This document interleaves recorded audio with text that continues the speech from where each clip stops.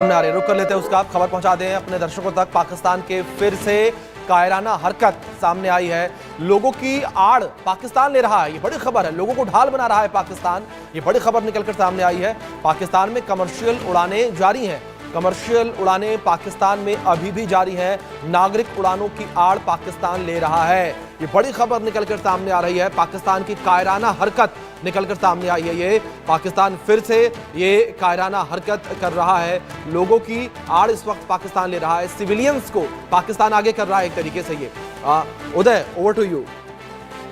का जिक्र हम अभी कर रहे थे अभिषेक, हमारे मेहमान गुरिंदर ढिल्लों जी से, कि कैसे पाकिस्तान जो है सिविलियन जहाज़ों जो हैं उनके आड़ ले रहा है। पाकिस्तान जो है सिविलियंस को एक संरक्षण के तौर पे ले रहा है। कितनी नापाक हरकत है ये, कितनी कमजोर हरकत है ये। कौन सा देश ऐसा करता है?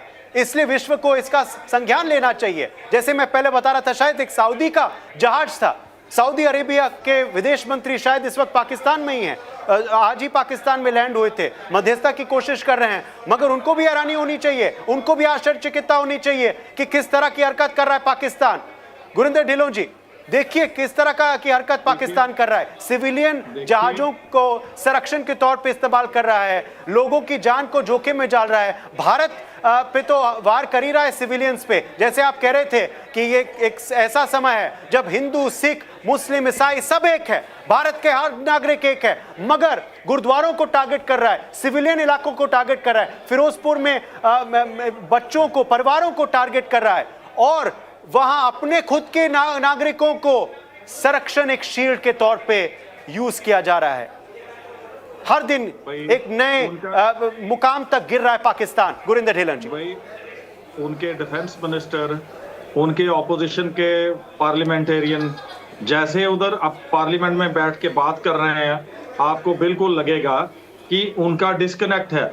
मेरे को नहीं लगता कि वो डिफेंस मिनिस्टर जहां पॉलिटिशियंस को, फौज वाले कुछ पूछ रहे हैं।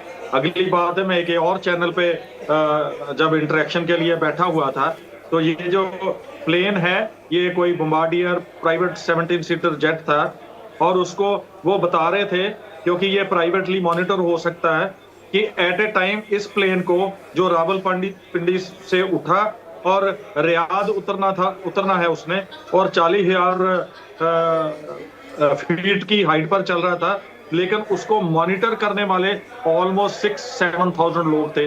कैन यू इमेजिन कि एक बिल्कुल प्राइवेट जेट, लेकिन वो बिल्कुल बाद में लग रहा था जैसे सऊदी के foreign minister, deputy foreign minister, वो इधर आए हुए थे कुछ दिन, और कुछ देर के लिए वो उधर पाकिस्तान रुके, और जरूर जहाँ तो उनकी डेलीगेशन वापस जा रहा होगा, जहाँ वही वापस जा रहे होंगे, क्योंकि it is a very popular, very powerful Bombardier जो वो यूज हो रहा था।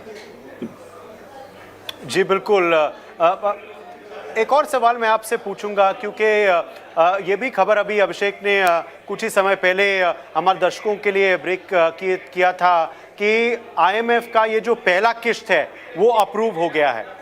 बहुत बड़ा, बहुत गंभीरता वाली बात है कि IMF ने क्या सोच के अप्रूव किया है, मगर अब अप्रूव हो गया है तो ठीक है, मगर क्या इसकी अब मॉनिटरिंग की जानी चाहिए? Gurinder Dhillon ji, is it time the world realises that?